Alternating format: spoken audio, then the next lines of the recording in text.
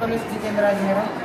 माझे नाव रोहन शाहराव शेंडके. आम्ही जिल्हा परिषद माध्यमिक शाळा धोंडरे या शाळेत इयत्ता 8मध्ये शिकत आहोत. आम्ही संशोधनाचे व्यवस्थापन या विषयात 3 प्रयोग घेतलेले आहेत. ते तुमच्यासमोर आम्ही सादर करणार आहे. पहिला आहे प्रकाशाच्या अपस्करण. डिपर्शन ऑफ लाईट ही नॅचरल प्रोसेस आहे. ती प्रोसेस आपल्याला अभ्यासण्यासाठी आम्ही हा प्रयोग करणार आहोत. यासाठी लागणारं साहित्य एक विद्युत स्रोत आणि प्रकाश स्रोत एक लागणारा एक प्रिझम. जेव्हा आपण लाईट सुरू करू प्रकाशाचं किरण समजेल एक रेषीय प्रकाश आपल्याला दिसतो. त्या प्रकाशाच्या समोर आपण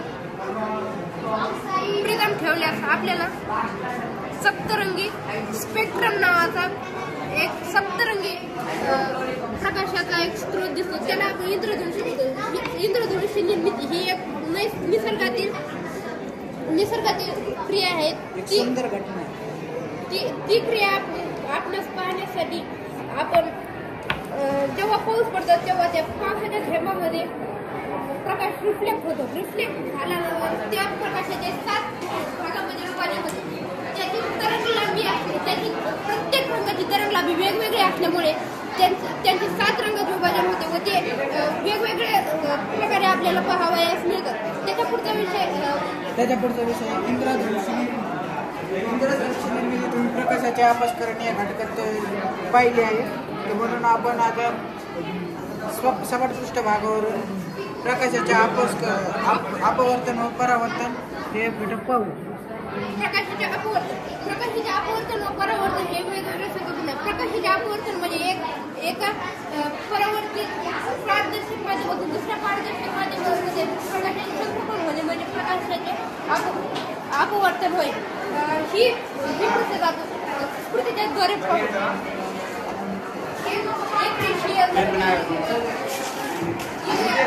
पारदर्शक काचेची स्लीट घेतलेली आहे. ती काचेची स्लीट त्या एक रेषीय प्रकाशासमोर ठेवली. त्याच्या आतला प्रकाश आपल्याला अदृश्य दिसते. हवा या पारदर्शक माध्यमातून स्लीट या पारदर्शक माध्यमामध्ये प्रकाशाचे संक्रमण त्यामध्ये एक अपवर्तन व यामधून वापस पुन्हा हवा या पारदर्शक माध्यमामध्ये संक्रमण होणे यामध्ये 2 अपवर्तन आपल्याला पाहावयास मिळतात. जेव्हा ही स्लीट आपण थोडी रोटेट करतो तेव्हा आपल्याला इकडचा लंब सारखा दिसेल पण इकडच्या लंबाची दिशा बदललेली दिसेल. एक वेळ असा येईल की